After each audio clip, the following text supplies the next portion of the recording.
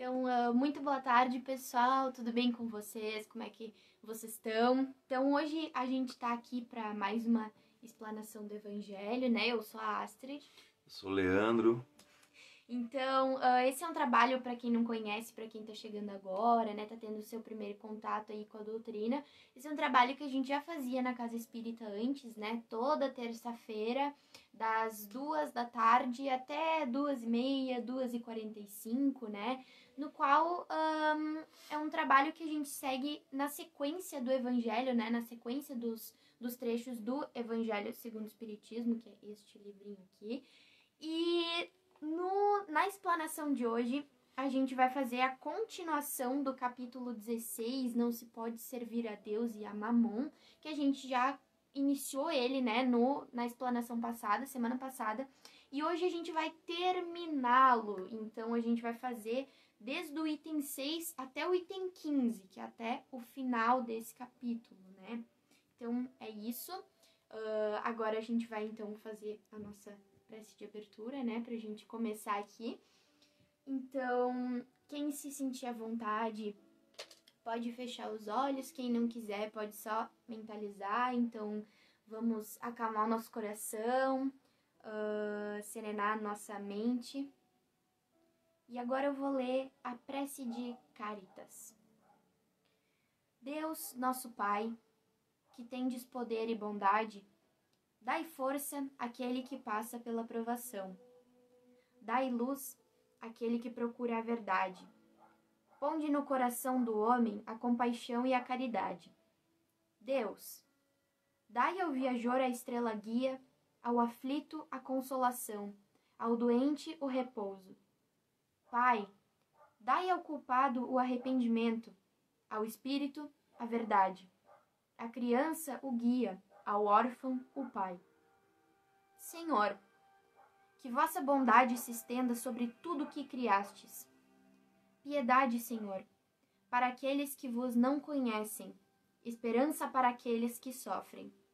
Que a vossa bondade permita aos espíritos consoladores derramarem por toda parte a paz, a esperança e a fé. Deus, um raio, uma faísca do vosso amor pode abrasar a terra. Deixai-nos beber da fonte dessa bondade fecunda e infinita, e todas as lágrimas secarão, todas as dores acalmarão. Um só coração, um só pensamento subirá até vós, como um grito de reconhecimento e de amor. Como Moisés sobre a montanha, nós vos esperamos com os braços abertos. Ó bondade, ó beleza, ó perfeição! E queremos, de algum modo, alcançar a vossa misericórdia. Deus, dai-nos a força de ajudar o progresso, a fim de subirmos até vós. Dai-nos a caridade pura, dai-nos a fé e a razão. Dai-nos a simplicidade que fará de nossas almas o espelho onde se refletirá a vossa santíssima imagem. Assim é e assim será. Que assim seja. Que assim seja. Então tá, gente. Então vamos começar a nossa explanação de hoje. E o primeiro tópico que a gente vai estar trabalhando é a parábola dos talentos. Acredito que muitos de vocês conheçam essa parábola. É uma parábola bem famosa, né, no meio espírita. A gente vê bastante pessoas fazendo palestras sobre ela, inclusive, porque é um assunto fantástico, é cheio de significados. Até tu também já fez algumas palestras, né, sobre essa parábola. Então vamos lá, vamos ler a parábola primeiro para a gente entender do que se trata, o contexto geral, e depois a gente vai explicando trechinho por trechinho para a gente entender bem. O Senhor age como um homem que, devendo fazer uma longa viagem para fora do país, chamou seus servidores e lhes colocou nas mãos os seus bens. E tendo dado 5 talentos a um, 2 a outro e 1 a outro, segundo a capacidade diferente de cada um, logo partiu. Aquele, pois, que tinha recebido 5 talentos, foi-se embora, negociou com seu dinheiro e ganhou 5 outros. Aquele que havia recebido 2, ganhou da mesma forma outros 2. Mas aquele que não havia recebido senão 1, foi cavar na terra e aí escondeu o dinheiro do seu senhor. Muito tempo depois, o senhor desses servidores, tendo retornado, pediu-lhes conta. E aquele que havia recebido 5 talentos veio lhe apresentar 5 outros, dizendo-lhe: Senhor, me havíeis colocado 5 talentos nas mãos. Eis aqui 5 outros que ganhei. Seu senhor lhe respondeu: Bom e fiel servidor. Porque fostes fiel em pouca coisa, eu vos estabelecerei sobre muitas outras. Entrai no gozo do vosso senhor. Aquele que havia recebido 2 talentos veio logo se apresentar a ele, dizendo-lhe: Senhor, me havíeis colocado 2 talentos nas mãos. Eis aqui 2 outros que ganhei. Seu senhor lhe respondeu: Bom e fiel servidor. Porque fostes fiel em pouca coisa, eu vos estabelecerei sobre muitas outras. Entrai no gozo do vosso senhor. Aquele que não havia recebido senão 1 talento, veio em seguida e lhe disse: Senhor, sei que sois um homem duro, que ceifais onde não haveis semeado e colheis onde nada haveis empregado. Por isso, como eu o temia, escondi vosso talento na terra. Ei-lo, restituo o que é vosso. Mas seu senhor lhe respondeu: Servidor mau e preguiçoso, sabíeis que ceifo onde não semeei e colho onde nada empreguei. Devíeis, pois, colocar meu dinheiro nas mãos dos banqueiros, a fim de que o meu retorno eu retirasse com juro o que era meu. Que se lhe retire, pois, o talento que tem, e deem-no àquele que tem 10 talentos. Porquanto dar-se-á a todos aqueles que já têm, e eles serão cumulados de bens. Mas para aquele que não tem, tirar-se-lhe-á mesmo o que pareça ter, e que se lance esse servidor inútil nas trevas exteriores. Ali haverá choros e ranger de dentes. Pesado esse final. Então, começando, né, a primeira coisa que a gente tem que entender aqui é que o senhor, né, desses servos aqui está se referindo a Deus, né? Então, quando ele fala que o senhor age como um homem, ele está falando que esse homem, né, esse senhor ali dos servos é Deus, né? E quando ele diz que ele fez uma longa viagem para fora do país, aqui está se referindo à nossa encarnação na Terra, né? Esse tempo que a gente tem aqui para corrigir os nossos erros, para praticar boas atitudes, enfim, esse tempo que a gente tem aqui na Terra até chegar o momento da gente retornar para o mundo espiritual, né? Onde nós iremos reencontrar o Senhor, reencontrar Deus, que no caso não vai ser Deus propriamente dito, né? Será pelos seus representantes mais próximos de nós, que nesse caso seriam os nossos mentores espirituais, né? Que a gente encontra eles quando a gente retorna para o mundo espiritual. Aí, aqui diz que o Senhor deu 5 talentos para um, deu 2 para outro e 1 apenas para outro. Só que o que são esses talentos, né? Os talentos, eles representam as nossas capacidades, né? As nossas condições, os nossos recursos. Os recursos que a gente traz do mundo espiritual aqui para a Terra. E tem uma frase muito importante que ele ressalta aqui, que é: e tendo dado 5 talentos a um, 2 a outro e 1 a outro, segundo a capacidade diferente de cada um, logo partiu. E aqui já nos dá uma pista. Então, o que representa aquele servo que recebeu os 5 talentos, né, do Senhor? Representa aquela pessoa que vem com uma missão para a Terra, por exemplo, que vem com grandes recursos, às vezes financeiros, às vezes com muita inteligência, né? E essa pessoa tem que utilizar esses recursos da melhor maneira possível para se modificar, evoluir, né? Realizar sua reforma íntima e, ao mesmo tempo, melhorar o mundo à sua volta, né? A mesma coisa com aquele que recebeu 2 talentos, né? Que representa aquela pessoa que talvez não tenha a mesma condição financeira, né? Que aquele que recebeu os 5 talentos, né? Que a gente pode representar, assim, de uma maneira bem superficial, como sendo aquele que recebeu 5 talentos, uma pessoa muito rica, aquele que recebeu 2, uma pessoa de classe média, e aquele que recebeu 1, aquela pessoa, né, numa condição bem difícil, uma pessoa que vem pra Terra numa condição de pobreza, né? Vamos representar, assim, meio simplificado pra gente conseguir entender melhor. Só que esse que tinha 5 talentos, que tinha grandes recursos, representa aquela pessoa que usufruiu bem disso, né? Tinha muito dinheiro, tinha muita inteligência, usou isso pro bem, usou isso para se melhorar e para ajudar as pessoas à sua volta. E a mesma coisa que aquele que tinha 2 talentos fez. Ele também, com aqueles recursos que ele tinha ali, ele fez o melhor que ele podia. Só que o que representa aquele servo ali com 1 talento?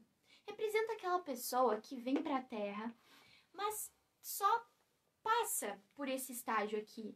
Não se esforça para fazer o bem, para ajudar o seu próximo, para se melhorar e só vive essa encarnação sem aquele pensamento de eu vou, mesmo que eu tenha poucas condições, eu vou usar isso da melhor maneira possível, vou encarar de uma forma positiva. Tanto que aquele que tinha os 5 talentos multiplicou para 10 e o Senhor disse para ele que ele era um bom servo, porque daquela quantidade ele tinha feito bom proveito. E a mesma coisa que aquele que multiplicou os 2, né? Multiplicou em 4 e entregou de volta ao Senhor. Ele também disse que esse era um bom servo e fiel, porque ele tinha feito o melhor uso que ele podia daquilo.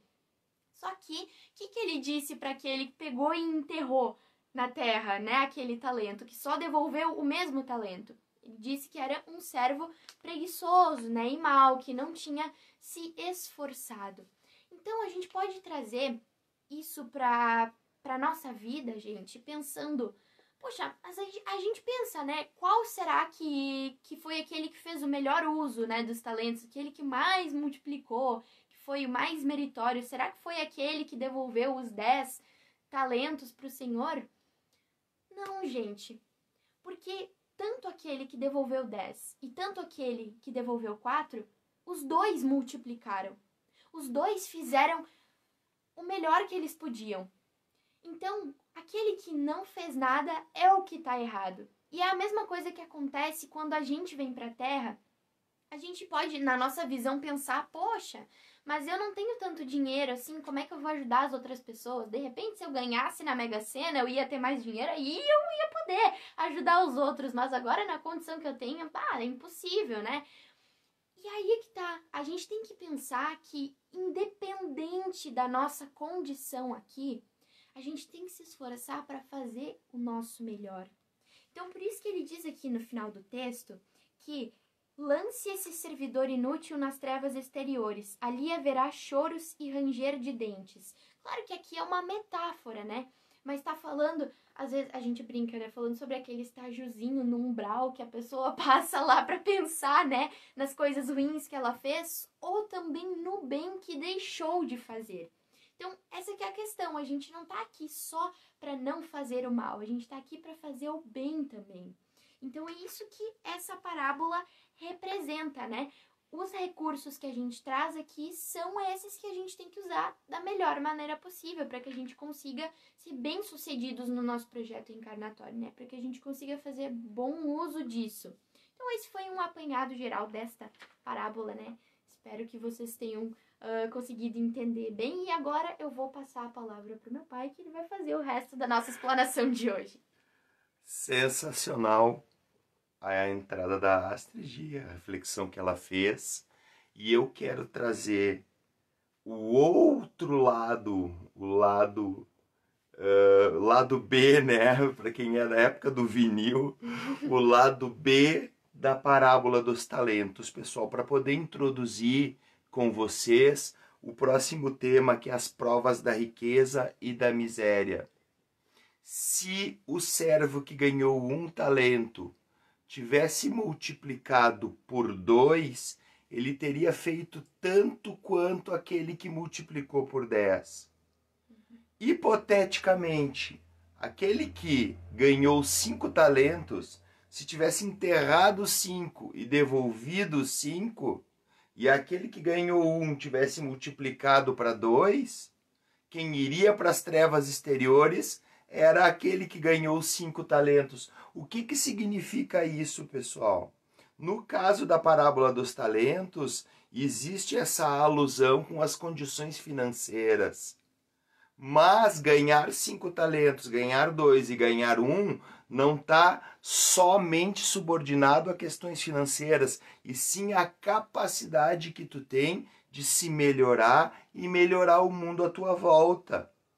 Uma pessoa que ganhou 5 talentos pode ser a pessoa pobre, mas que tem condições de passar por cima daquela situação, criar uma instituição de bairro, ajudar os amigos, ir lá reivindicar com a prefeitura, daqui a pouco se torna um missionário, cria uma creche com dificuldade, com doações. Quanto que um milionário fica encastelado dentro do seu bunker, né, das suas casas, que hoje em dia são bunkers, né, por causa da violência, e não ajuda ninguém, só vive para o seu regozijo material, vem para a Terra, não se melhora, muito pelo contrário, né, dá aso aos seus piores pendores, né, arrogância, racismo, preconceito. Nesses dias a gente viu rolando pela internet um ato hediondo de racismo de um rapaz em relação a um outro, um motoboy, né, para a gente citar algo contemporâneo. Isso ainda é muito comum na nossa sociedade. Então seria o contrário, o pobre seria o que ganhou os 5 talentos e devolveu os 10, e o rico seria o que ganhou 1 e devolveu aquele mesmo enterrado. No caso, perdeu oportunidade evolutiva, pessoal. Por que eu estou falando isso? Por que eu estou trazendo o lado B da parábola dos talentos, né? Porque o assunto prova da riqueza e da miséria é muito importante para a nossa reflexão. Um desavisado, uma pessoa que lê os ensinamentos de Jesus e tenta analisar aquilo ali, ipsis literis, né, como está escrito, sem tirar o espírito da letra, sem tirar a moral da história. Muitas vezes Jesus cita o rico como exemplo de iniquidade, de erro. Aí parece que as religiões cristãs, parece que o espiritismo nessa parte evangélica condena e alerta que o rico ele tá danado, né? Que nem a Astrid falou, daqui a pouco vai ter que pagar um umbral, vai ter que sofrer.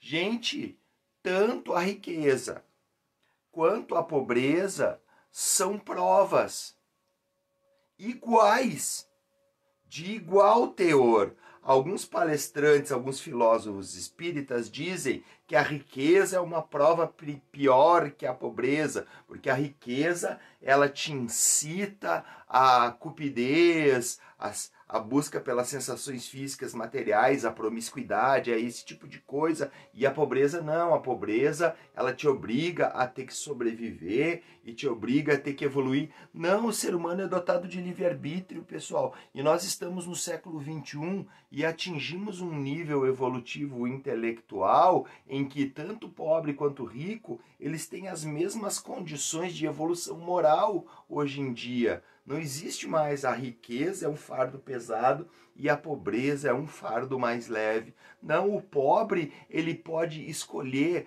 ir para o crime, ele pode escolher a drogadição, ele pode escolher blasfemar a Deus, ele pode escolher cobrar do Estado um assistencialismo para que ele não precisa fazer a parte dele.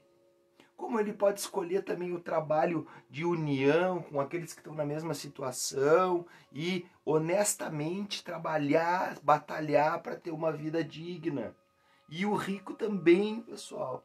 Muitas pessoas ricas, muitas pessoas muito, muito ricas, bilionárias, os mais ricos do mundo, que a gente ouve falar na surdina, que fazem grandes doações, grandes instituições de caridade, grandes atos beneméritos em locais como a África, né, em locais pobres, onde eles constroem poços, constroem escolas, fazem verdadeiros trabalhos de parceria com os governos desses países para melhorar a vida daquela população. Então, não importa aqui provas da riqueza e da miséria.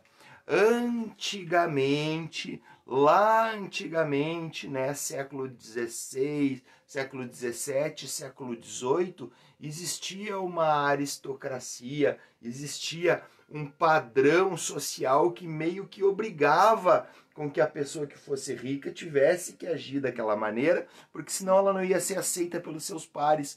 Na época que nós estamos vivendo hoje, isso não existe mais.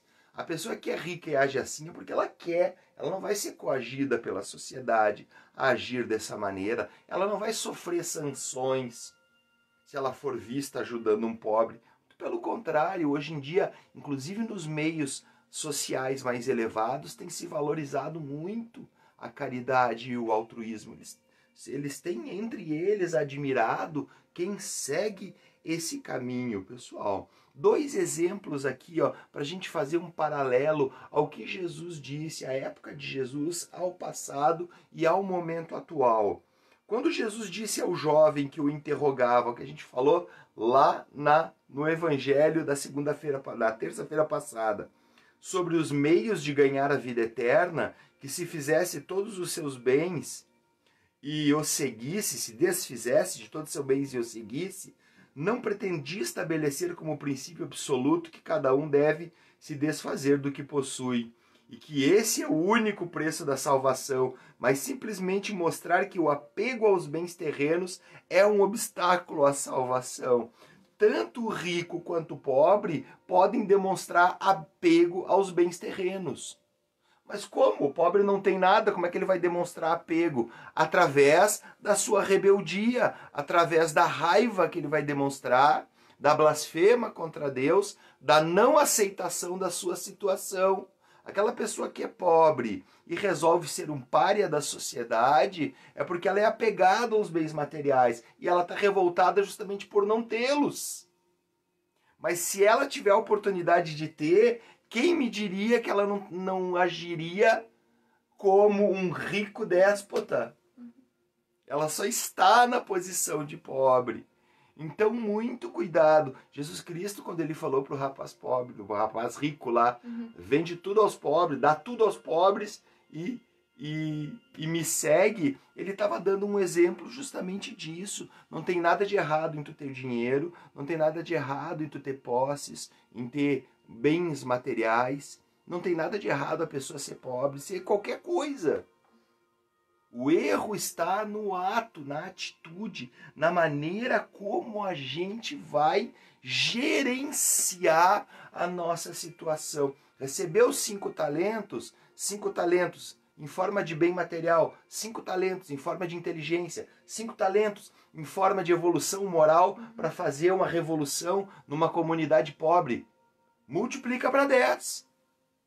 Recebeu 2 talentos em forma de uma profissão como medicina, recebeu 2 talentos em forma da facilidade de falar e de professar, para te poder utilizar a palavra, para poder ajudar as pessoas, recebeu 2 talentos em forma de talento musical, para melhorar o mundo com a sua música, com a sua poesia, com a sua escultura. Multiplica, usa para o bem aquilo, não usa para o mal, não usa só para a sua satisfação pessoal, usa para se melhorar e melhorar o mundo à sua volta. O próximo tópico do Evangelho, desigualdade das riquezas, pessoal. A desigualdade das riquezas, ela é algo natural no atual estágio evolutivo que a gente se encontra. Aqui no Evangelho segundo o Espiritismo, o Espírito que responde por esse texto aqui, ele é bem claro. Ele diz o seguinte: não tem como os seres humanos serem igualmente ricos ou igualmente posicionados socialmente. Porque o planeta Terra é um planeta muito heterogêneo ainda. Ainda convivem no planeta Terra pessoas capazes e incapazes, pessoas inteligentes e ignorantes, pessoas com uma moral elevadíssima e pessoas com a moral lá embaixo. E todos esses fatores impactam na nossa condição material, né? Nos talentos que a gente recebe de Deus para vir para a Terra. Antigamente, lá na época do Kardec e até metade do século XX, se dizia numa resignação positiva que a desigualdade social ela era essencial para o nosso crescimento, porque numa encarnação a gente tem que vir pobre, noutra encarnação a gente tem que vir rico, noutra encarnação a gente tem que vir classe média para poder aprender em todos os patamares e poder evoluir. Concordo, pessoal. Só que o próprio Allan Kardec falou que essas teorias, esses pensamentos, essas filosofias espíritas tinham que se adaptar com o andar dos tempos, com a evolução moral, intelectual e científica da nossa sociedade. Hoje podemos dizer que a disparidade social ainda é um instrumento de aprendizado, mas ela poderia ser bem menor já do que é. Nós já poderíamos ter bem menos disparidade social do que tínhamos lá no século XIX e até o meio do século XX. Pois a gente já descobriu tecnologia para erradicar a fome, para erradicar 99% das doenças que existem no planeta Terra, para dar água potável e saneamento básico para todos os 7,5 bilhões de habitantes no planeta. Nós já temos essa tecnologia. Ela só não é usada pela ganância do ser humano. Os pequenos grupos que detêm essa tecnologia querem ganhar dinheiro, não querem o benefício de todos. Então essa desigualdade social tem que começar a ser revista por nós e não desculpada por nós espíritas simplesmente porque é uma ferramenta de aprendizado, porque nós já atingimos um patamar diferente do que era o patamar social na época de Kardec e na época do início do século XX. Cabe a nós agora, fraternalmente, lutar por essa igualdade social para que o nosso planeta possa atingir a regeneração. Uma das condições do planeta Terra passar de provas e expiações para a regeneração é a igualdade de condições entre as pessoas através da fraternidade, da caridade verdadeira. Lê-se dividir o que se tem. O supérfluo do rico pode ser o essencial ao pobre. E o rico não vai morrer sem o supérfluo e não vai deixar de viver bem sem o supérfluo, porque sem o seu supérfluo ele ainda vai ter o essencial para ele dentro do patamar social que ele alcançou. E o essencial do rico, com certeza, vai ser sempre diferente do essencial do pobre. O problema é o supérfluo. Isso não se aceita mais. Então, nós temos que nos debruçar sobre essa questão, pessoal. Nós já atingimos um nível evolutivo em que não se pode mais aceitar certas coisas como normais, mesmo na esfera espiritual. O livro dos Espíritos não está errado. O livro Evangelho segundo o Espiritismo não está errado. Foi, durante muito tempo, numa situação de provas e expiações bem dura, as desigualdades sociais, ferramentas de aprendizado. Só que nós estamos ultrapassando, nós estamos em vias de regeneração. Já atingimos um patamar tecnológico que nos propicia uma igualdade maior. Essa igualdade não está acontecendo pela arrogância, pelo egoísmo, pelo ensimesmamento do ser humano. São sentimentos, são erros, vícios que tem que dar lugar às virtudes, e as virtudes vão fazer com que essa igualdade aconteça dentro da fraternidade, o que também é um maravilhoso aprendizado, porque nós estamos aqui na Terra para evoluir na direção da luz, para evoluir na direção da bondade e da igualdade. Então não podemos mais usar essa desculpa. Ah, desigualdade social é importante, eu li lá na doutrina espírita, tem que ser assim, porque as pessoas poderem aprender. Aí eu uso isso como desculpa para não ajudar as pessoas. Por quê? Porque eu li que é interessante que uns sejam pobres e outros sejam gente. Não usemos como desculpa as leis naturais, as leis pedagógicas de Deus, que foram criadas para que a gente evolua, a gente usa elas como desculpa para estacionar no processo evolutivo. Olha o mau servo que enterrou o talento na terra. De novo, né? E para encerrar o nosso raciocínio de hoje, na instrução dos Espíritos, ali onde diz a verdadeira propriedade, é o fechamento do nosso raciocínio de hoje. O que nós vamos levar daqui para o mundo espiritual quando desencarnarmos? Você vai dirigindo para o mundo espiritual com o seu carrão, ou com o seu carrinho, ou sei lá que seja. Você vai encontrar no mundo espiritual a sua casa, essa que você construiu, essa mansão ou essa casa média. Vai ter o seu closet, vai estar lá com seus sapatos e as suas roupas. As joias vão estar no mundo espiritual, lhe esperando quando você chegar lá. Se você for uma pessoa de uma estirpe elevada, de uma família famosa, ou de com cargo político respeitado, ou um juiz, ou um médico muito respeitado, você acha que essa posição social vai ser levada em conta quando você chegar no mundo espiritual? Quando chegar lá, doutor, seu juiz, olha, seu senador, seu presidente. É assim que a espiritualidade vai lhe receber? Sinto informar-lhes, gente, não. Porque a verdadeira propriedade não é aquela conquistada aqui na terra por vias materialistas. A verdadeira propriedade não é o seu diploma, e sim o que você fez com esse diploma na mão. O médico que usou a medicina no verdadeiro sentido